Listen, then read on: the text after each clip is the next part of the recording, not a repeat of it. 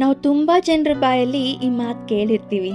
ಯಾವ ಜನ್ಮದ ಪುಣ್ಯನೋ ಈ ಜನ್ಮದಲ್ಲಿ ಚೆನ್ನಾಗಿದ್ದೀವಿ, ಯಾವ ಜನ್ಮದ ಪಾಪನೋ ಈ ಜನ್ಮದಲ್ಲಿ ಅನುಭವಿಸ್ತಾ ಇದ್ದೀವಿ, ಅಥವಾ ಯಾವ ಜನ್ಮದ ಋಣ ಏನೋ ಈ ಜನ್ಮದಲ್ಲಿ ತೀರಿಸ್ತಾ ಇದ್ದೀವಿ ಅನ್ನೋ ಈ ಥರದ ಮಾತುಗಳನ್ನು ನಾವು ಕೇಳಿ ಇರ್ತೀವಿ ಅಲ್ವಾ. ನೋಡಿ, ಋಣಾನುಬಂಧ ಅಂತ ಸುಮ್ಮನೆ ಇರಲ್ಲ. ನಮ್ಮ ಜೀವನದಲ್ಲಿ ಆಗೋ ಯಾವ ವಿಚಾರನೂ ಕಾರಣ ಇಲ್ಲದೇನೆ ನಡೆಯಲ್ಲ, ಅಥವಾ ಯಾವುದೇ ವ್ಯಕ್ತಿಗಳು ಕೂಡ ಸುಮ್ಮನೆ ನಮ್ಮ ಜೀವನದಲ್ಲಿ ಬಂದು ಹೋಗಲ್ಲ. ನಮ್ಮ ಜೀವನದಲ್ಲಿ ನಡೆಯುವ ಎಲ್ಲ ಘಟನೆಗಳ ಹಿಂದೆನೂ ನಮ್ಮ ಈ ಜನ್ಮದ ಕರ್ಮಗಳು ಮತ್ತು ಹೋದ ಜನ್ಮದ ಋಣಗಳ ಆಧಾರ ಆಗಿರುತ್ತೆ.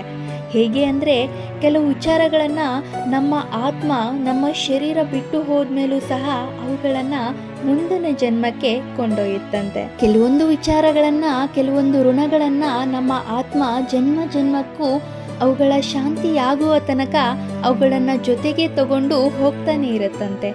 ಇವತ್ತಿನ ಕತೆ ಕೇಳಿ ಇದರಲ್ಲಿ ಒಬ್ಬ ಹುಡುಗ ಅವನ ಪೂರ್ವ ಜನ್ಮದ ಋಣವನ್ನು ಹೇಗೆ ತೀರಿಸ್ತಾನೆ ಮತ್ತು ಅವನ ಋಣಮುಕ್ತನಾಗಿ ಆದಮೇಲೆ ಅವನ ಜೀವನದಲ್ಲಿ ಏನೆಲ್ಲ ನಡೆಯುತ್ತೆ ಅನ್ನೋದು ಈ ಕಥೆಯಲ್ಲಿ ಅದ್ಭುತವಾಗಿದೆ. ಕಥೆನ ಪೂರ್ತಿ ಕೇಳಿ.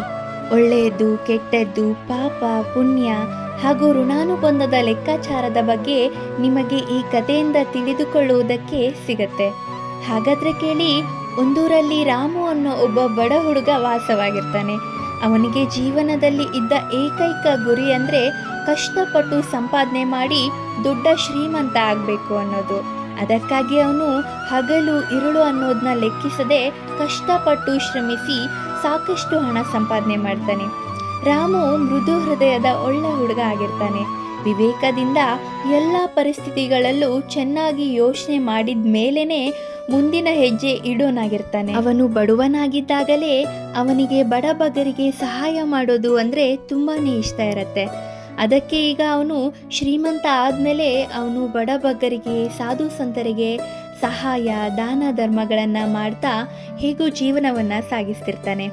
ಹೀಗಿರಬೇಕಾದ್ರೆ ರಾಮು ಸಾಕಷ್ಟು ಹಣ ಸಂಪಾದನೆ ಮಾಡಿದ ಮೇಲೆ ಒಬ್ಬಳು ಸುಂದರವಾದ ಹುಡುಗಿ ನೋಡಿ ಮದುವೆ ಆಗ್ತಾನೆ. ಆದರೆ ಅವನ ಕರ್ಮಕ್ಕೆ ಆ ಹುಡುಗಿ ಅವನು ಅಂದ್ಕೊಂಡಿರೋಷ್ಟು ಒಳ್ಳೆಯವಳಾಗಿರಲ್ಲ. ಅವಳು ರಾಮುವಿನ ಹಣ, ಆಸ್ತಿ, ಅಂತಸ್ತು ನೋಡಿ ಮದುವೆ ಆಗಿರ್ತಾಳೆ. ಅವಳಲ್ಲಿ ಹಣ, ಒಡವೆ, ಆಸ್ತಿ, ಆಳು ಕಾಳು ಅನ್ನೋ ಬಹಳಷ್ಟು ಅತಿ ಆಸೆ ಜೊತೆಗೆ ದುರಾಸೆನೂ ಕೂಡ ಇರುತ್ತೆ. ರಾಮು ಮದುವೆ ಆದಮೇಲಿಂದ ಒಂದು ದಿನಾನೂ ನೆಮ್ಮದಿಯಾಗಿ ನಿದ್ದೆನೆ ಮಾಡಿರಲ್ಲ. ಯಾಕಂದರೆ ಅವನ ಪತ್ನಿ ಪ್ರತಿದಿನವೂ ಅವನಿಗೆ ಇನ್ನೂ ಹೆಚ್ಚು ಸಂಪಾದನೆ ಮಾಡು, ಹಣ ಸಂಪಾದನೆ ಮಾಡು, ನೀವು ಏನು ಮಾಡ್ತಿರೋ ಗೊತ್ತಿಲ್ಲ, ನನಗೆ ಇನ್ನೂ ಹಣ ಬೇಕು, ನನ್ನ ಅವಶ್ಯಕತೆಗಳನ್ನು ಪೂರ್ತಿ ಮಾಡೋದು ನಿಮ್ಮ ಕರ್ತವ್ಯ ಅಂತ ಅವನನ್ನು ಯಾವಾಗಲೂ ಗೋಳೊಯ್ಕತ್ತಾ ಇರ್ತಾಳೆ. ಹಾಗಾಗಿ ರಾಮು ಮೊದಲಿಗಿಂತಲೂ ಹೆಚ್ಚು ಕಷ್ಟಪಡುತ್ತಾ ಊಟ ನಿದ್ರೆ ಬಿಟ್ಟು ಕೆಲಸ ಮಾಡಿ ಇನ್ನೂ ಹೆಚ್ಚು ಹಣವನ್ನು ಸಂಪಾದನೆ ಮಾಡ್ತಾನೆ. ಆದರೂ ಅವನ ಪತ್ನಿಗೆ ಸಮಾಧಾನನೇ ಆಗ್ತಿರಲ್ಲ. ಅವಳು ಇನ್ನೂ ಹಣ ಬೇಕು, ಇನ್ನೂ ಬೇಕು ಅಂತ ರಾಮುನ ಕಾಡ್ಸಿನೋ ಪೀಡ್ಸಿನೋ ಅವಳ ಕೆಲಸವನ್ನು ಮಾಡಿಸ್ಕೊಳ್ತಾ ಇರ್ತಾಳೆ. ರಾಮುವಿನ ಪ್ರೀತಿ ಪತ್ನಿಯನ್ನು ಚೆನ್ನಾಗಿ ನೋಡ್ಕೋಬೇಕು ಅನ್ನೋ ಪ್ರೇಮ ಅವನ ಹತ್ರ ಅವನ ಪತ್ನಿ ಹೇಳೋ ಎಲ್ಲ ಕೆಲಸವನ್ನು ಮಾಡಿಸ್ತಾ ಇರುತ್ತೆ. ಹೀಗಿರ್ಬೇಕಾದ್ರೆ ಒಂದು ದಿನ ರಾಮು ಕೆಲಸ ಮಾಡಿ ಸುಸ್ತಾಗ್ತಾ ಇದೆ, ಇವತ್ತು ನನ್ನ ಕೈಲಿ ಕೆಲಸಕ್ಕೆ ಹೋಗೋಕೆ ಆಗಲ್ಲ ಅಂತ ಮನೆಯಲ್ಲೇ ಉಳ್ಕೊಂಡು ವಿಶ್ರಾಂತಿ ಪಡ್ಕೊತಾ ಇರ್ತಾನೆ. ಅವನ ಪತ್ನಿ ಕೂಡ ಸರಿ, ಇವತ್ತೊಂದಿನ ವಿಶ್ರಾಂತಿ ತಗೊಳ್ಳಿ, ಆದರೆ ನಾಳೆಯಿಂದ ಬಿಡದೆ ಕೆಲಸಕ್ಕೆ ಹೋಗಿ, ನಾವು ಬೇಗ ಊರಲ್ಲಿ ದೊಡ್ಡ ಶ್ರೀಮಂತರಾಗಬೇಕು ಅಂತ ರಾಮು ತಲೆ ಸವರ್ತಾ ಹೇಳ್ತಾಳೆ. ಅದಕ್ಕೆ ರಾಮು ಕೂಡ ಸರಿ ಅಂತ ಒಪ್ಪಿಕೊಂಡು ಅವತ್ತು ಊಟ ಗೀಟ ಮುಗಿಸಿ ವಿಶ್ರಾಂತಿ ತಗೋತಾ ಅವತ್ತು ಸಂಜೆ ರಾಮು ಆರಾಮಾಗಿ ಮಲಗಿದ್ದಾಗ ಅವರ ಮನೆಗೆ ಸಾಕ್ಷಾತ್ ಲಕ್ಷ್ಮಿನೇ ಬಂತೇನೋ ಅನ್ನೋ ಹಾಗೆ ಅವರ ಮನೆಗೆ ಒಬ್ರು ಸಾಧು ಸಂತರು ದಾನದ ಅಪೇಕ್ಷೆಯಿಂದ ಬರ್ತಾರೆ. ರಾಮು ಎದ್ಬಂದು ಏನು ವಿಚಾರ ಅಂತ ವಿಚಾರಿಸಿದಾಗ ಆ ಸಾಧುಗಳು ಕಾಶಿ ಹರಿದ್ವಾರದ ಕಡೆಗೆ ತೀರ್ಥಯಾತ್ರೆಗೆ ಹೊರಟಿರ್ತಾರೆ. ಅವತ್ತು ಸಂಜೆ ಆಗಿ ಕತ್ಲಾಗಿದ್ರಿಂದ ಸಾಧುಗಳು ರಾಮುವಿನ ಮನೆಗೆ ಅನ್ನದಾನ ಮತ್ತು ಮಲ್ಕೊಳ್ಳೋಕ್ಕೆ ಮನೆಯ ಹೊರಾಂಗದಲ್ಲಿ ಜಾಗ ಕೇಳ್ತಾರೆ. ರಾಮು ಅವರನ್ನು ನೋಡಿ ಬಹಳಷ್ಟು ಸಂತೋಷ ಪಡ್ತಾನೆ. ಅವರ ಆತಿಥ್ಯವನ್ನ ರಾಮು ಬಹಳ ಚೆನ್ನಾಗಿ ಮಾಡಬೇಕು ಅನ್ಕೋತಾನೆ. ಆದರೆ ರಾಕ್ಷಸಿಯಂತಿದ್ದ ಅವನ ಪತ್ನಿ ಯಾವುದೇ ಕಾರಣಕ್ಕೂ ಈ ಭಿಕ್ಷುಕ ಇಲ್ಲಿ ಉಳಿದುಕೊಳ್ಳುವುದಕ್ಕೆ ನಾನು ಒಪ್ಪಲ್ಲ ಅಂತ ಕೂಗಾಡ್ತಾಳೆ. ಅವಳ ಅತಿರೇಕ ಕೂಗಾಟ ಹೆಚ್ಚಾಗ್ತಾನೆ ಹೋಗುತ್ತೆ. ಆಗ ಸಾಧುಗಳು ಅವಳು ಮಾಡ್ತಿದ್ದ ಆವಂತರ ನೋಡಿ ರಾಮುಗೆ, ಇರ್ಲಿ ಬಿಡಪ್ಪ, ಪರವಾಗಿಲ್ಲ, ನಾನು ಬೇರೆ ಎಲ್ಲಾದರೂ ಉಳ್ಕೋತೀನಿ ಅಂತ ಹೇಳ್ತಾರೆ. ಆದರೆ ರಾಮುವಿನ ಒಳ್ಳೆ ಮನಸ್ಸು ಅವರನ್ನು ಹೋಗೋದಕ್ಕೆ ಬಿಡ್ತಿರಲ್ಲ. ಅವರ ಸೇವೆ ಮಾಡಲಿಕ್ಕೆ ಬೇಕು, ನಾನು ಅವರ ಸೇವೆ ಮಾಡಲಿಲ್ಲ ಅಂದರೆ ಇಷ್ಟೊಂದು ಶ್ರೀಮಂತರಾಗಿ ಏನು ಪ್ರಯೋಜನ ಅಂತೆಲ್ಲ ಅವನಿಗೆ ಅನಿಸ್ತಾ ಇರತ್ತೆ. ಆಗ ರಾಮು ಮದುವೆ ಆದಮೇಲೆ ಮೊಟ್ಟ ಮೊದಲ ಬಾರಿಗೆ ಅವನ ಪತ್ನಿಯನ್ನ ಗದರಿಸ್ತಾನೆ. ಅವರು ಇಲ್ಲಿ ಇದ್ದು ಹೋಗೋ ತನಕ ಬಾಯಿ ಮುಚ್ಕೊಂಡಿದ್ರೆ ಸರಿ, ಇಲ್ಲ ಹಲ್ಲು ಉದುರಿಸ್ಬಿಡ್ತೀನಿ ಅಂತ ಆವಾಜ್ ಹಾಕ್ಬಿಡ್ತಾನೆ. ಮೊಟ್ಟ ಮೊದಲ ಬಾರಿಗೆ ಪತಿಯ ಕೋಪದ ವ್ಯವಹಾರ ನೋಡಿ ಅವಳು ಭಯದಿಂದ ಸುಮ್ಮನಾಗ್ತಾಳೆ. ಮತ್ತೆ ರಾಮು ಹೇಳಿದ ಹಾಗೆ ಅಡುಗೆ ಮಾಡಿ ಸಾಧು ಅವರಿಗೆ ಊಟಕ್ಕೆ ಹಾಕ್ತಾಳೆ. ಇಷ್ಟ ಇಲ್ಲ ಅಂದ್ರೂ ರಾಮುವಿನ ಭಯಕ್ಕೆ ಸಾಧು ಅವರಿಗೆ ಆತಿಥ್ಯ ಸತ್ಕಾರ ಚೆನ್ನಾಗಿ ಮಾಡ್ತಾಳೆ. ರಾತ್ರಿ ಊಟ ಗೀಟ ಆದಮೇಲೆ ಸಾಧುಗಳು ಫಲಹಾರ ತಿಂತ ಹೊರಾಂಡದಲ್ಲಿ ಏನೋ ನೆನಪು ಮಾಡಿಕೊಳ್ಳುತ್ತಾ ಪ್ರಶಾಂತವಾಗಿ ತಣ್ಣನೆಯ ಗಾಳಿಯಲ್ಲಿ ಮುಗುಳ್ನಗುತ್ತಾ ಕೂತಿರ್ತಾರೆ.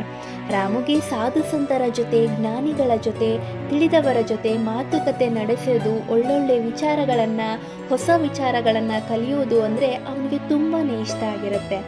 ಹಾಗಾಗಿ ಅವನು ಸಾಧು ಅವರ ಮುಂದೆ ಬಂದು ಕೂತ್ಕೊಂಡು ಅವರ ಜೀವನ ಚರಿತ್ರೆ ಕೇಳ್ತಾನೆ. ಯಾಕೆ ಅವರು ಸಾಧು ಸನ್ಯಾಸಿಗಳಾದರು?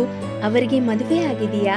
ಯಾಕೆ ಅವರು ಜಗತ್ತಿನ ಸುಖ ಸಂತೋಷವನ್ನು ಪರಿತ್ಯಾಗ ಮಾಡಿದ್ರು ಅಂತೆಲ್ಲ ಕೇಳ್ತಾನೆ. ಆಗ ಸಾಧುಗಳು ಮುಗುಳ್ನಗ್ತಾ, ನನಗೆ ಮದುವೆ ಆಗಿದೆ, ನನಗೆ 4 ಜನ ಮಕ್ಕಳು, ನಾನೊಬ್ಬ ದೊಡ್ಡ ಶ್ರೀಮಂತ ಆಗಿದ್ದೆ.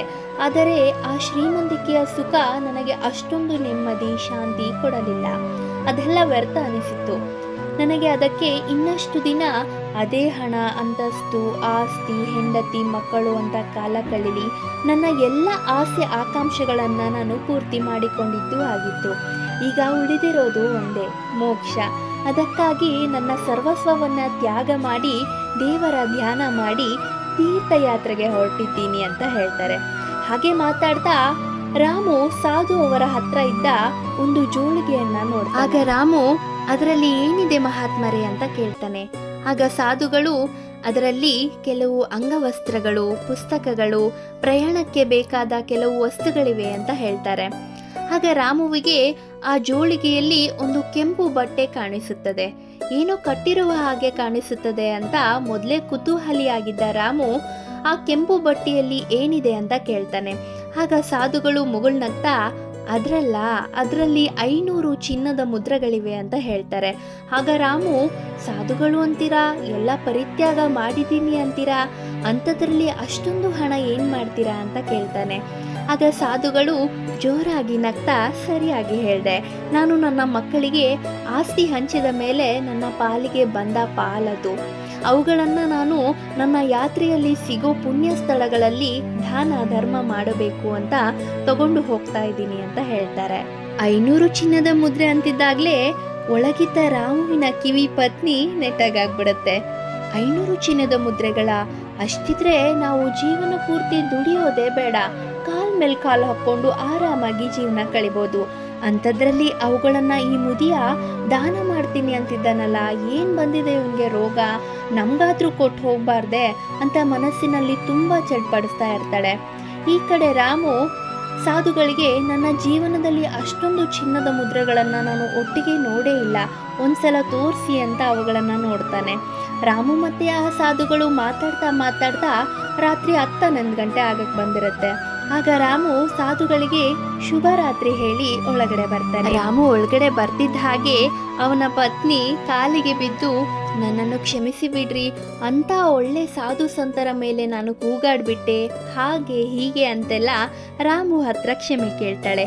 ಒಂದೇ ಸಲ ಬದಲಾದ ಅವಳ ವರ್ತನೆ ನೋಡಿ ರಾಮುಗೆ ಆಶ್ಚರ್ಯ ಆಗತ್ತೆ. ಆದರೂ ಅವನು ಮುಗುಳ್ನಗ್ತಾ ಸುಮ್ಮನಾಗ್ತಾನೆ. ಸಾಧುಗಳು ಮಲಗಿದ ನಂತರ ರಾಮುವಿನ ಪತ್ನಿ ಮನಸ್ಸಿನಲ್ಲಿ ಸಾಧುಗಳ ಚಿನ್ನದ ಮುದ್ರೆ ವಿಚಾರದಲ್ಲಿ ಕೆಟ್ಟ ಆಲೋಚನೆಗಳು ಬರೋದಕ್ಕೆ ಶುರುವಾಗ್ತವೆ. ಹಾಗಾಗಿ ಅವಳು ರಾಮುಗೆ ಆ ಮುದ್ರೆಗಳನ್ನು ಕದಿಯೋಕೆ ಪ್ರೇರೇಪಿಸ್ತಾಳೆ. ಆದರೆ ರಾಮು ಅದಕ್ಕೆ ಒಪ್ಪೋದಿಲ್ಲ. ಆಗ ಅವನ ಪತ್ನಿ, ಮೊದಲೇ ಸನ್ಯಾಸ ಸ್ವೀಕಾರ ಮಾಡಿ ಸಾಧುಗಳಾಗಿರುವವರಿಗೆ ಯಾಕ್ರಿ ಅಷ್ಟೊಂದು ದುಡ್ಡು, ಮೇಲಿಂದ ಅದನ್ನು ಅವರು ಯಾರೋ ಗೊತ್ತಿಲ್ಲದೆ ಇರೋವರಿಗೆ ದಾನ ತಾನೇ ಮಾಡ್ತೀನಿ ಅಂತಿದ್ದಾರೆ, ಅದು ನಮಗೆ ಆಗಲಿ ಬಿಡಿ, ನಾವೇ ಸಂತೋಷವಾಗಿರೋಣ ಅವರ ಆಶೀರ್ವಾದದಿಂದ. ದಯವಿಟ್ಟು ಕಣ್ರಿ, ಜೀವನದಲ್ಲಿ ನಾನು ಇನ್ಮುಂದೆ ಏನು ಕೇಳೋದಿಲ್ಲ, ಇದೊಂದು ಕೆಲಸ ಮಾಡಿ, ನಾವು ಜೀವನ ಪೂರ್ತಿ ಕೂತ್ಕೊಂಡು ಆರಾಮಾಗಿ ಜೀವನ ಕಳಿಬೋದು, ಹಾಗೆ ಹೀಗೆ ಅಂತೆಲ್ಲ ಮಾತಾಡಿ ಅವಳು ರಾಮುವಿಗೆ ಆ ಕೆಟ್ಟ ಕೃತ್ಯ ಮಾಡೋದಕ್ಕೆ ಪ್ರೇರೇಪಿಸ್ತಾಳೆ. ರಾಮು ಅವಳು ಎಷ್ಟೇ ಕೇಳಿದ್ರು ಏನೇ ಹೇಳಿದ್ರು ಒಪ್ತಿರಲ್ಲ.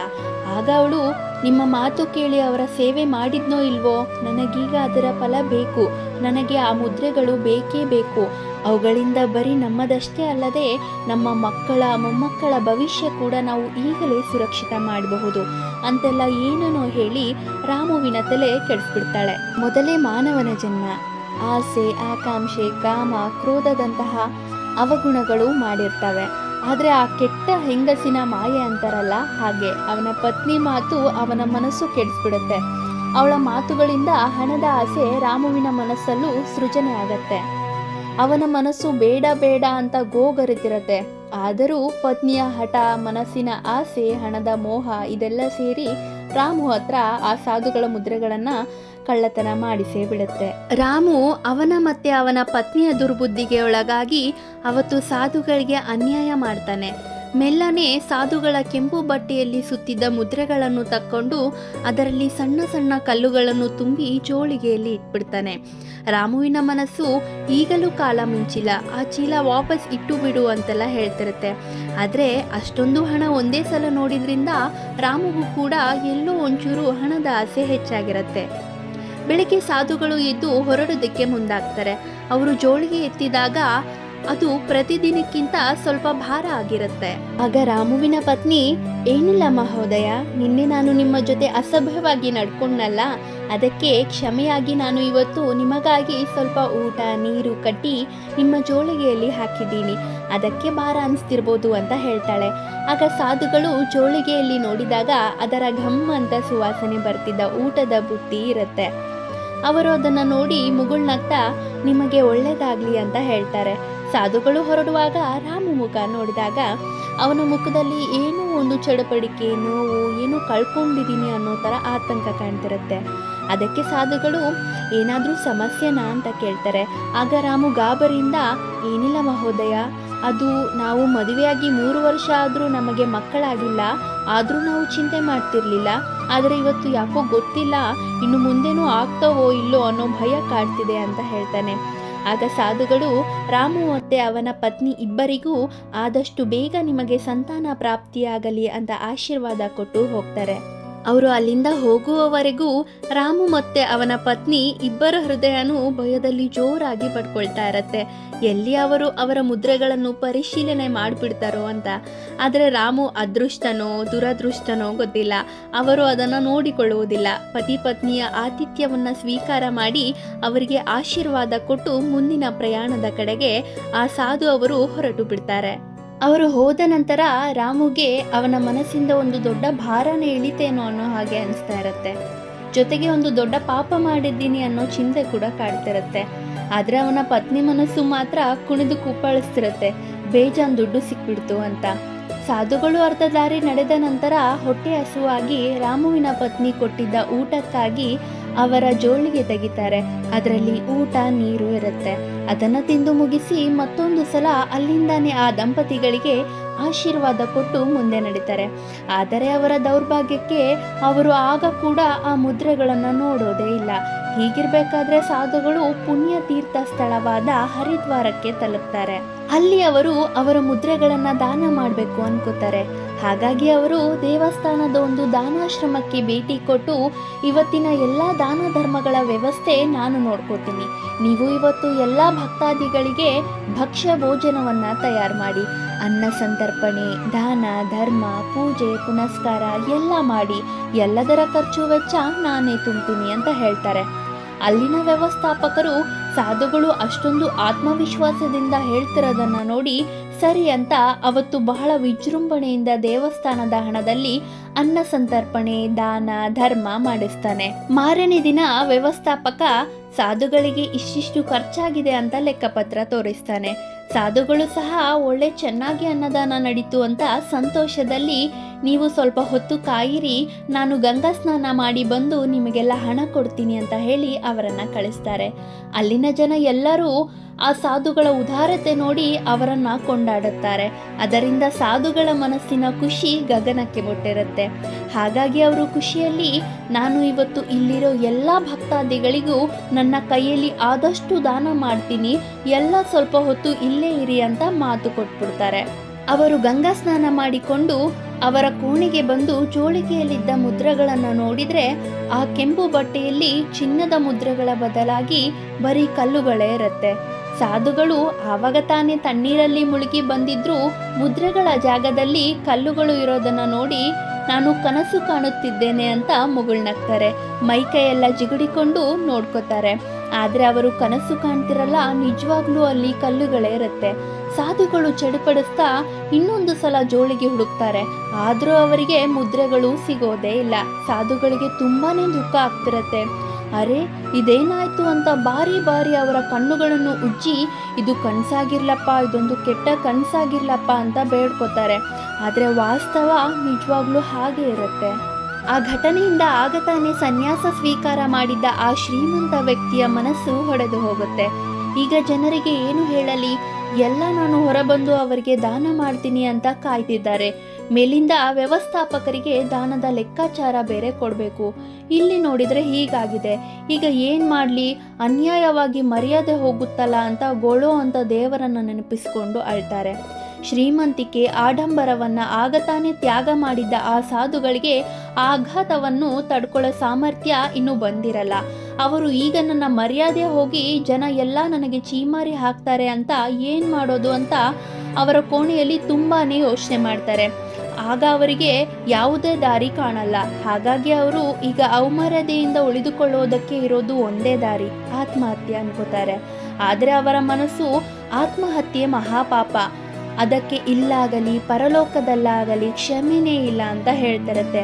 ಆದರೂ ಸಾಧುಗಳು ನನ್ನ ಕೈಯಲ್ಲಿ ಆ ಅವಮಾನವನ್ನು ಎದುರಿಸೋ ಸಾಮರ್ಥ್ಯ ಇಲ್ಲ ಅಂತ ಅವರ ಜೋಳಿಗೆಯಲ್ಲಿದ್ದ ಬಟ್ಟೆಗಳನ್ನೆಲ್ಲ ಹರಿದು ಕೂಡಿಕೆ ಮಾಡಿ ಅವರು ತಂದಿದ್ದ ಕೋಣೆಯಲ್ಲಿ ನೇಣು ಹಾಕೊಂಡು ಆತ್ಮಹತ್ಯೆ ತುಂಬಾ ಹೊತ್ತಾದರೂ ಸಾಧುಗಳು ಹೊರಗೆ ಬರ್ಲಿಲ್ವಲ್ಲ ಅಂತ ಜನ ಎಲ್ಲ ಸಾಧುಗಳ ಕೋಣೆಯ ಬಾಗಿಲು ಬಡಿದು ಕರೆತಾರೆ.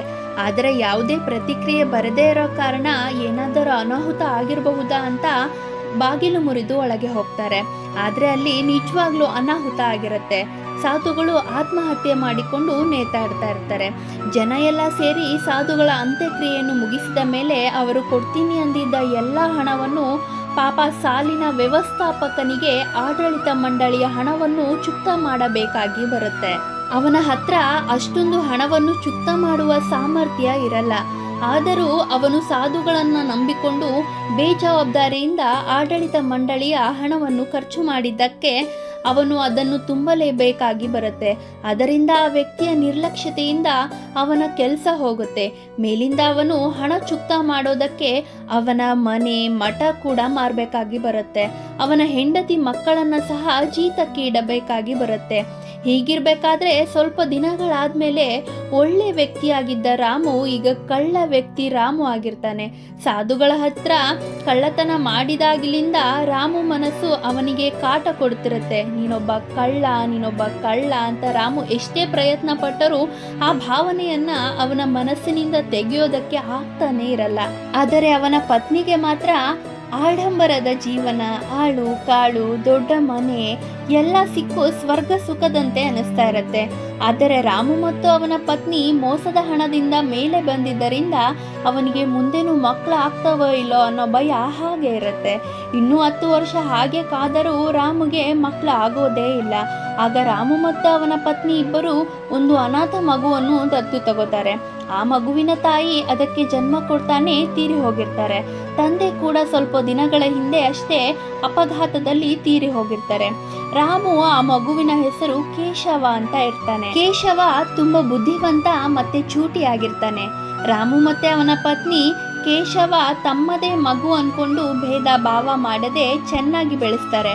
ಆದರೆ ನಮ್ಮ ಜೀವನದಲ್ಲಿ ಬರೋ ಯಾವ ವ್ಯಕ್ತಿ ಕೂಡ ಕಾರಣ ಇಲ್ಲದೇನೆ ಬರಲ್ಲ ಅನ್ನೋ ಹಾಗೆ ಕೇಶವ ಬೆಳೀತಾ ಬೆಳೀತಾ ಆಧ್ಯಾತ್ಮದ ಕಡೆ ವಾಲ್ತಾ ಬರ್ತಾನೆ. ಅವನು ನಿಧಾನವಾಗಿ ಭಗವಂತನ ಭಕ್ತಿಯಲ್ಲಿ ಲೀನ ಆಗ್ತಾ ಬರ್ತಾನೆ.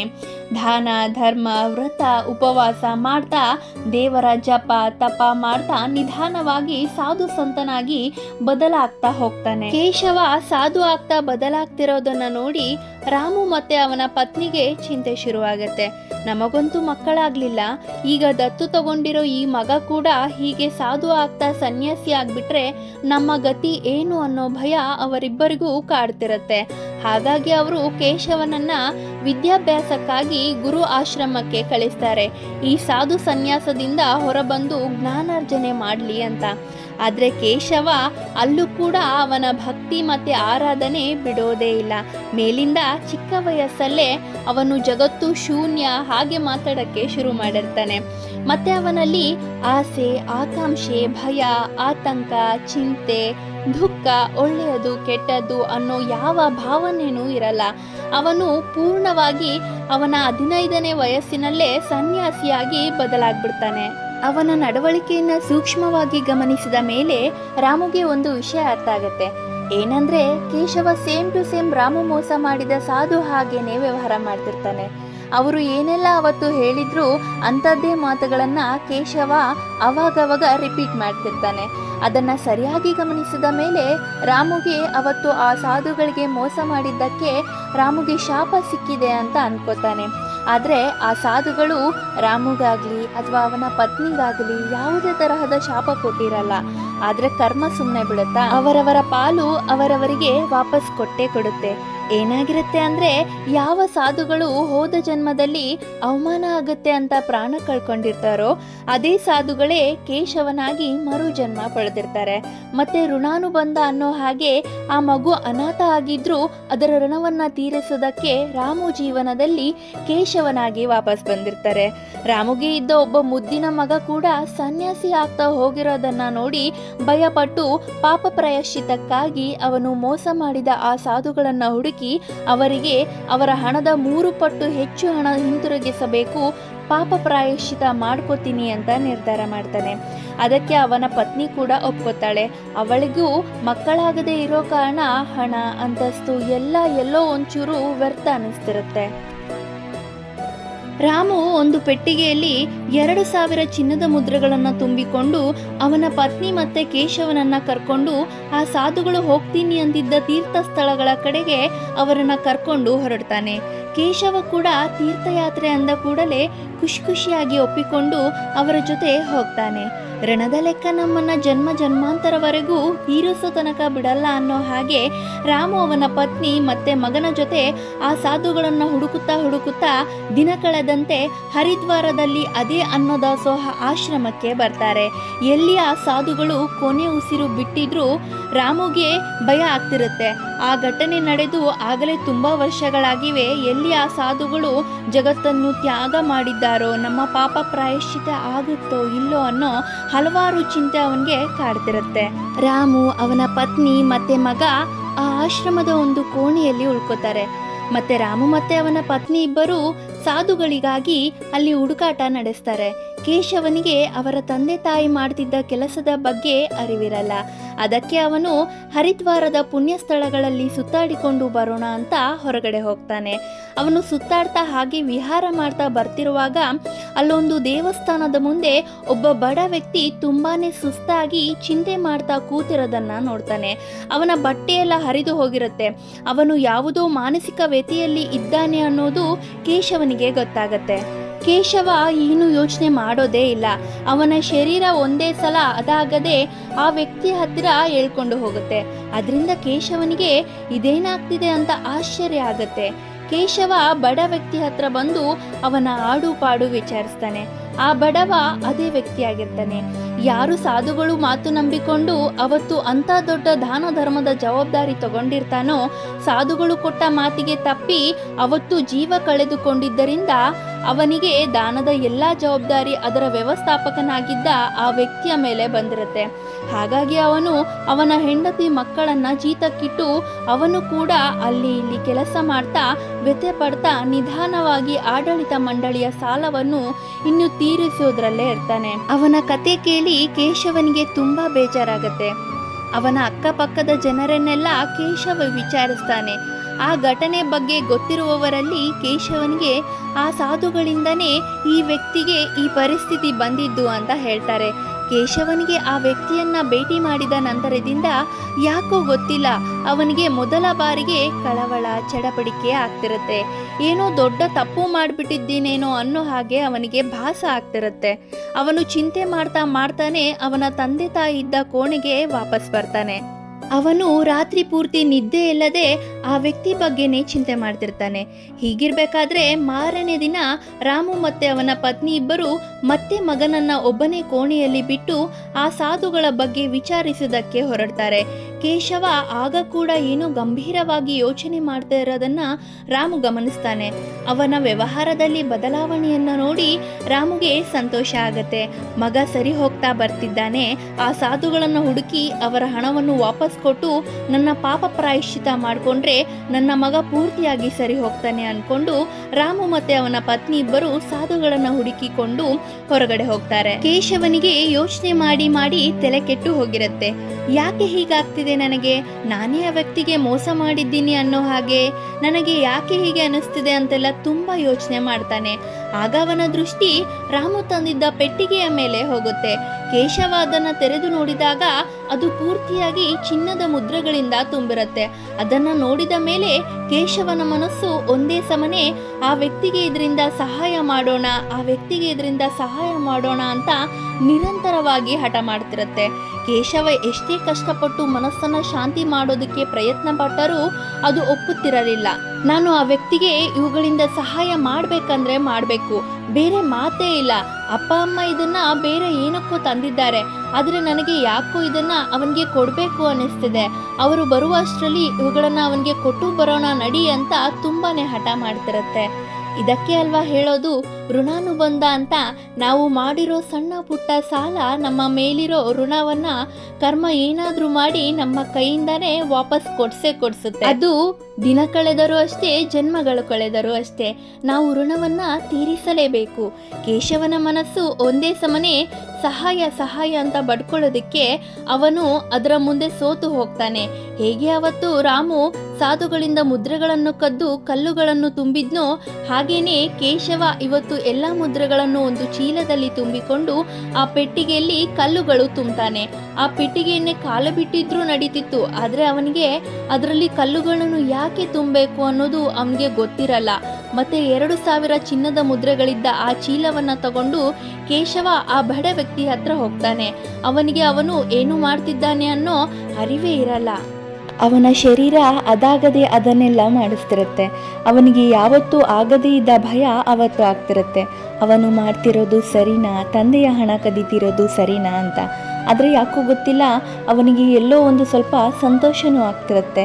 ಯಾರದು ಸಾಲ ತೀರಿಸ್ತಿದ್ದೇನೆ ಅನ್ನೋ ಹಾಗೆ. ಕೇಶವ ಚಿನ್ನದ ಮುದ್ರೆಗಳಿಂದ ತುಂಬಿದ ಚೀಲವನ್ನು ತಂದು ವ್ಯವಸ್ಥಾಪಕ ವ್ಯಕ್ತಿ ಯಾರು ಹೋದ ಜನ್ಮದಲ್ಲಿ ಮೋಸಕ್ಕೊಳಗಾಗಿದ್ನೋ ಅವನಿಗೆ ದಾನ ಮಾಡಿಬಿಡ್ತಾನೆ. ಆ ಚೀಲವನ್ನು ಕೇಶವ ಆ ವ್ಯಕ್ತಿ ಕೈಯಲ್ಲಿ ಇಟ್ಟ ಮರುಕ್ಷಣವೇ ಅವನಿಗೆ ಎಲ್ಲಿಲ್ಲದ ಅಪಾರ ಶಾಂತಿಯ ಅನುಭವ ಆಗುತ್ತೆ. ಆದರೆ ಅವನಿಗೆ ಹೀಗೆ ಯಾಕೆ ಆಗ್ತಿದೆ ಅಂತ ಗೊತ್ತಾಗ್ತಿರಲ್ಲ. ಅವನು ಆ ಚೀಲವನ್ನು ದಾನ ಮಾಡಿ ಏನು ಮಾತನಾಡದೆ ತಕ್ಷಣವೇ ಅಲ್ಲಿಂದ ವಾಪಸ್ ಆಶ್ರಮದ ಕೋಣೆಗೆ ಬಂದು ಬಿಡ್ತಾನೆ. ಆ ವ್ಯಕ್ತಿ ಆ ಚೀಲವನ್ನು ಬಿಚ್ಚಿ ನೋಡಿದಾಗ ಅದರ ತುಂಬ ಚಿನ್ನದ ಮುದ್ರೆಗಳಿರುತ್ತೆ. ಅದನ್ನು ನೋಡಿ ಅವನಿಗೆ ಆನಂದ ಬಾಷ್ಪ ಬರೋದಕ್ಕೆ ಶುರುವಾಗತ್ತೆ. ಅವನು ದೇವರ ಕಡೆ ಮುಖ ಮಾಡಿ ದೇವರಿಗೆ ಧನ್ಯವಾದ ಹೇಳ್ತಾನೆ. ಆ ಹುಡುಗನೇ ದೇವರಾಗಿ ಬಂದು ಇದನ್ನು ಕೊಟ್ಟೋದ ಅಂತ ಸಂತೋಷ ಪಡ್ತಾನೆ. ಆ ವ್ಯಕ್ತಿ ಕೂಡ ತುಂಬಾ ದೊಡ್ಡ ದೇವರ ಭಕ್ತ ಆಗಿರ್ತಾನೆ. ಅದಕ್ಕೆ ಆ ಭಗವಂತ ಅವನ ಭಕ್ತಿಯನ್ನು ಪರೀಕ್ಷೆ ಮಾಡುವುದಕ್ಕೆ ಸಾಧುಗಳ ಮುಖಾಂತರ ಕಷ್ಟ ಕೊಟ್ಟಿರ್ತಾನೆ. ಆ ವ್ಯಕ್ತಿ ಭಗವಂತನ ಪರೀಕ್ಷೆಯಲ್ಲಿ ಉತ್ತೀರ್ಣ ಆಗಿದ್ದಕ್ಕೆ ಮತ್ತೆ ಅದೇ ಸಾಧುಗಳು ಸಾಧುಗಳು ಬಂದು ಋಣ ತೀರಿಸುವುದರ ಮುಖಾಂತರ ಆ ವ್ಯಕ್ತಿ ಏನೆಲ್ಲ ಕಳೆದುಕೊಂಡಿದ್ನೋ ಅದರ 3 ಪಟ್ಟು ಹೆಚ್ಚು ಕೊಟ್ಟು ಅವನ ಕಷ್ಟವನ್ನು ಪರಿಹಾರ ಮಾಡ್ತಾರೆ. ಕೇಶವ ಅವನ ಋಣವನ್ನು ತೀರಿಸಿದ ಮರುಕ್ಷಣನೇ ರಾಮು ಮತ್ತೆ ಅವನ ಪತ್ನಿಗೆ ಸಾಧುಗಳು ಆತ್ಮಹತ್ಯೆ ಮಾಡಿಕೊಂಡಿದ್ದ ವಿಷಯ ಗೊತ್ತಾಗತ್ತೆ. ಅದರಿಂದ ಅವರಿಗೆ ಅವರ ಪಾಪದ ಕಾರಣ ತುಂಬಾನೇ ದುಃಖ ಆಗತ್ತೆ. ಅವರು ಕೋಣೆಗೆ ವಾಪಸ್ ಬಂದು ಆ ಮುದ್ರೆಗಳನ್ನು ಅದೇ ಆಶ್ರಮಕ್ಕೆ ದಾನ ಮಾಡುವುದಾಗಿ ನಿರ್ಧಾರ ಮಾಡ್ತಾರೆ. ರಾಮು ಆ ಪೆಟ್ಟಿಗೆಯನ್ನು ತೆರೆದು ನೋಡ್ತಾನೆ, ಆದರೆ ಅದರ ಪೂರ್ತಿ ಬರೀ ಕಲ್ಲೇ ಇರುತ್ತೆ. ಅದನ್ನ ನೋಡಿ ರಾಮು ಮತ್ತೆ ಅವನ ಪತ್ನಿಯ ಮನಸ್ಸು ಹೊಡೆದು ಹೋಗುತ್ತೆ. ಇವರಿಗೂ ಹಾಗೆ ಆಗತ್ತೆ. ಹೇಗೆ ಅವತ್ತು ಆ ಸಾಧುಗಳಿಗೆ ಆಗಿತ್ತೋ ಹಾಗೆ. ಅವರು ಕೇಶವನನ್ನ ಮುದ್ರೆಗಳ ಬಗ್ಗೆ ಕೇಳಿದಾಗ ಅವನು ಹೀಗೇನೆ ಹೇಳ್ತಾನೆ, ನಾನು ದಾನ ಮಾಡಿಬಿಟ್ಟೆ ಅಂತ. ರಾಮುಗೆ ಆ ವ್ಯವಸ್ಥಾಪಕ ಮತ್ತೆ ಸನ್ಯಾಸಿಯ ಸಂಬಂಧದ ಬಗ್ಗೆ ಗೊತ್ತಾಗತ್ತೆ. ಅವನಿಗೆ ಅವನ ಹಣ ಸರಿಯಾದ ವ್ಯಕ್ತಿಗೆ ತಲುಪಿದೆ ಅಂತ ಗೊತ್ತಾಗತ್ತೆ. ಆಗ ರಾಮು ಕೇಶವನಿಗೆ ಎಲ್ಲ ಸರಿ, ನಾನು ದಾನ ಮಾಡಿಬಿಟ್ಟೆ ಅಂತ ಹೇಳಿದರೆ ನಾನು ಏನು ಹೇಳ್ತಾ ಇರಲಿಲ್ಲ. ದಾನಕ್ಕಾಗಿ ಆ ಮುದ್ರೆಗಳನ್ನು ತಂದಿದ್ದು. ನೀನು ಮಾಡಿದ್ದು ಸರಿನೇ, ಆದರೆ ಆ ಪೆಟ್ಟಿಗೆಯಲ್ಲಿ ಕಲ್ಲು ಯಾಕೆ ತುಂಬಿದೆ ಅಂತ ಕೇಳ್ತಾನೆ. ಆಗ ಕೇಶವ ಯಾಕೋ ಗೊತ್ತಿಲ್ಲ, ನನಗೆ ಅದನ್ನ ಖಾಲಿ ಬಿಡದೆ ಅದರಲ್ಲಿ ಕಲ್ಲು ತುಂಬಬೇಕು ಅನಿಸ್ತು, ಅದಕ್ಕೆ ತುಂಬಿದೆ ಅಂತ ಹೇಳ್ತಾನೆ. ಕೊನೆಗೆ ಎಲ್ಲ ಸರಿ ಹೋಯ್ತು ಅಂತ ರಾಮು ಮತ್ತೆ ಅವನ ಪತ್ನಿ ಇಬ್ಬರು ಶಾಂತಿಯ ನಿಟ್ಟುಸಿರು ಬಿಟ್ಟು ಪಾಪ ಪ್ರಾಯಶ್ಚಿತ ಆಯ್ತು ಅಂತ ಮಗನನ್ನ ಕರ್ಕೊಂಡು ಮನೆ ಕಡೆಗೆ ಬರ್ತಾರೆ. ಆದರೆ ವಿಧಿಯ ಆಟಕ್ಕೆ ಬೇರೆನೇ ಇಷ್ಟ ಇರತ್ತೆ. ಕೇಶವನಿಗೆ ಅವನು ಹುಟ್ಟಿದ ಅವನ ಈ ಜನ್ಮದ ಮುಖ್ಯ ಉದ್ದೇಶ ಪೂರ್ತಿ ಆಯ್ತೇನೋ ಅನ್ನುವಷ್ಟು ಸಂತೋಷ ಆಗ್ತಿರತ್ತೆ. ಅವನ ಜೀವನ ಸಾರ್ಥಕ ಆಯಿತು ಅಂತ ಅವನಿಗೆ ಅನಿಸ್ತಿರುತ್ತೆ. ಅವನ ಮನಸ್ಸಲ್ಲಿ ಯಾವುದೇ ಬೇರೆ ಆಸೆ ಅಪೇಕ್ಷೆಗಳು ಇರಲ್ಲ. ಅವನು ಈಗ ಮೋಕ್ಷದ ಕೊನೆಗಳಿಗೆಯಲ್ಲಿ ಇರ್ತಾನೆ. ಅವನಿಗೆ ಹೋದ ಜನ್ಮದಲ್ಲೇ ಮೋಕ್ಷ ಸಿಗೋದಿರುತ್ತೆ. ಆದರೆ ರಾಮು ಮಾಡಿದ ಅವಾಂತರದಿಂದ ಆ ಸಾಧುಗಳು ಮೋಕ್ಷಕ್ಕಾಗಿ ಇನ್ನೊಂದು ಜನ್ಮ ಕಾಯಬೇಕಾಗಿ ಬರುತ್ತೆ. ದಾರಿಯಲ್ಲಿ ಬರುತ್ತಿರುವಾಗ ಕೇಶವ ಗಾಡಿಯಲ್ಲಿ ಮಲಗಿದ್ದಾಗ ಅವನ ಜೀವನದ ಯಾತ್ರೆ ಸಂಪೂರ್ಣ ಆಗಿದ್ದಕ್ಕೆ ಅವನು ನಿದ್ದೆಯಲ್ಲೇ ಪರಮಾತ್ಮನ ಪಾದ ಸೇರ್ಕೊಂಡ್ಬಿಡ್ತಾನೆ. ರಾಮು ಮತ್ತೆ ಅವನ ಪತ್ನಿ ಇಬ್ಬರು ಮನೆಗೆ ಬಂದು ಮಗನನ್ನ ಎಬ್ಬಿಸಿದಾಗ ಅವನ ಪ್ರಾಣ ಪಕ್ಷಿ ಹಾರಿ ಹೋಗಿರೋದನ್ನ ನೋಡಿ ಅವರಿಬ್ಬರಿಗೂ ತುಂಬಾನೇ ದುಃಖ ಆಗತ್ತೆ. ದತ್ತು ಮಗನಾಗಿದ್ದರೂ ಪ್ರಾಣಕ್ಕಿಂತ ಹೆಚ್ಚಾಗಿ ಸಾಕಿದ್ದ ಮಗನ ಶವವನ್ನು ನೋಡಿ ರಾಮು ಕೂಡ ದುಃಖದಲ್ಲೇ ಹೃದಯಾಘಾತದಿಂದ ಅಲ್ಲೇ ಪ್ರಾಣ ಬಿಟ್ಟು ಆ ಕೆಟ್ಟ ಹೆಂಗಸಿನ ಜೊತೆಯಿಂದ ಮುಕ್ತಿ ಪಡಿತಾನೆ. ಮಗ ಮತ್ತೆ ಪತಿಯ ಸಾವು ಒಂದೇ ಸಲ ಆಗಿದ್ದನ್ನ ನೋಡಿ ರಾಮು ಪತ್ನಿ ಹುಚ್ಚಿಯಾಗ್ಬಿಡ್ತಾಳೆ. ನಿಯತ್ತಾಗಿ ಯಾರಿಗೂ ತೊಂದರೆ ಕೊಡದೆ ಸಗುಣಿ ಹಾಗೂ ದಾನ ಧರ್ಮಗಳನ್ನ ಮಾಡ್ತಾ ಬದುಕುತ್ತಿದ್ದ ರಾಮುವನ್ನು ತಪ್ಪು ದಾರಿಗೆ ಎಳೆದು ಒಬ್ಬ ಸಾಧುವಿಗೆ ಮೋಸ ಮಾಡಿಸಿದ್ದಕ್ಕೆ ಅವಳ ಪಾಪ ಹೆಚ್ಚಾಗಿ ಅವಳು ಜನ್ಮ ಜನ್ಮಾಂತರವರೆಗೂ ಅದನ್ನು ತೀರಿಸಬೇಕಾಗಿ ಬರುತ್ತೆ. ರಾಮು ಮಾಡುತ್ತಿದ್ದ ಒಳ್ಳೆ ಕೆಲಸ ಹಾಗೂ ದಾನ ಧರ್ಮಗಳ ಕಾರಣ ಅವನಿಗೆ ಈ ಜನ್ಮದಲ್ಲಿ ಬೇಗ ಮುಕ್ತಿ ಸಿಕ್ತು. ಮುಂದಿನ ಜನ್ಮಗಳಲ್ಲಿ ಅವನಿಗೂ ಕೂಡ ಮೋಕ್ಷ ಪ್ರದಾನ ಆಗತ್ತೆ. ಆದರೆ ಅವನ ಪತ್ನಿ ಮಾತ್ರ ತುಂಬಾ ಜನ್ಮಗಳ ತನಕ ಅವಳ ತಪ್ಪನ್ನು ತೆಗೆದುಕೊಳ್ಳದೆ ಬಾರಿ ಬಾರಿ ಅತಿ ಆಸೆ ಪಟ್ಟು ಅದೇ ತಪ್ಪು ಮಾಡ್ತಾ ಎಲ್ಲ ಜನ್ಮದಲ್ಲೂ ನರಕ ಯಾತನೆಯನ್ನ ಅನುಭವಿಸ್ತಿರ್ತಾಳೆ. ಮತ್ತೆ ಅವಳ ಜನ್ಮದ ಜೀವನಗಳನ್ನ ಒಳ್ಳೆ ಚಕ್ರದ ಹಾಗೆ ರಿಪೀಟ್ ಆಗ್ತಾನೆ ಇರುತ್ತೆ. ಅವಳ ಜೀವನದಲ್ಲಿ ವ್ಯಕ್ತಿಗಳು ಮಾತ್ರ ಬದಲಾಗ್ತಿರ್ತಾರೆ, ಆದರೆ ಫಲಿತಾಂಶ ಮಾತ್ರ ಒಂದೇ ಆಗಿರುತ್ತೆ. ಕ್ಷಣಿಕ ಸುಖ ಮತ್ತೆ ಅಪಾರ ಕಷ್ಟ ಒಂದೇ ಅವಳ ಭಾಗ್ಯದಲ್ಲಿ ತುಂಬಿರುತ್ತೆ. ಹಾಗಾಗಿ ಸ್ನೇಹಿತರೆ, ಯಾವ ಜನ್ಮದ ಪುಣ್ಯ ಅಥವಾ ಪಾಪದ ಋಣವನ್ನ ನಾವು ಈ ಜನ್ಮದಲ್ಲಿ ಅನುಭವಿಸಿದ್ದೇವೋ ಗೊತ್ತಿಲ್ಲ. ಅದಕ್ಕೆ ಯಾರಿಗಾದರೂ ಏನಾದರೂ ಮೋಸ ಮಾಡೋದಕ್ಕಿಂತ ಮೊದಲು, ಕೆಟ್ಟದ್ದು ಮಾಡೋದಕ್ಕಿಂತ ಮೊದಲು ಸ್ವಲ್ಪ ಯೋಚನೆ ಮಾಡಿ. ಯಾರಿಗೆ ಗೊತ್ತು, ಅದೇ ತಪ್ಪನ್ನು ನಾವು ಎಷ್ಟು ಜನ್ಮದಿಂದ ಮಾಡ್ತಾ ಬರ್ತಿದ್ದೇವೋ ಅದನ್ನು ತಿದ್ದಿಕೊಳ್ಳುವ ಸದಾವಕಾಶ ನಮಗೆ ಈ ಜನ್ಮದಲ್ಲಿ ಸಿಕ್ಕಿದೆ ಅನ್ಕೊಂಡು ಒಳ್ಳೆ ಕರ್ಮಗಳನ್ನು ಮಾಡೋದಕ್ಕೆ ಪ್ರಯತ್ನ ಪಡಿ. ಕತೆ ಇಷ್ಟ ಆಗಿದ್ರೆ ಮರಿದೇ ಒಂದು ಲೈಕ್ ಮಾಡಿ. ಹಾಗೆ ಕತೆ ಬಗ್ಗೆ ನಿಮಗೆ ಅನಿಸಿದ್ದು ಏನಾದರೂ ಒಂದನ್ನು ತಪ್ಪದೆ ಕಮೆಂಟ್ ಮಾಡಿ. ಮತ್ತು ಈ ಕಥೆಯಿಂದ ನಿಮಗೇನಾದರೂ ಒಳ್ಳೆಯದು ಕಲಿಯೋದಕ್ಕೆ ಸಿಕ್ಕಿದ್ರೆ ಈ ವಿಡಿಯೋನ ನಿಮ್ಮ ಸ್ನೇಹಿತರು ಹಾಗೂ ನಿಮ್ಮ ಪರಿವಾರದವರಿಗೆ ಜೊತೆನೂ ಶೇರ್ ಮಾಡಿ. ಇದೇ ಥರದ ಒಳ್ಳೊಳ್ಳೆ ಕಥೆಗಳು ನಿಮಗೆ ಇನ್ನಷ್ಟು ಬೇಕು ಅನಿಸಿದರೆ ನಮ್ಮ ಚಾನಲ್ನ ಸಬ್ಸ್ಕ್ರೈಬ್ ಮಾಡ್ಕೊಳ್ಳಿ. ಧನ್ಯವಾದಗಳು.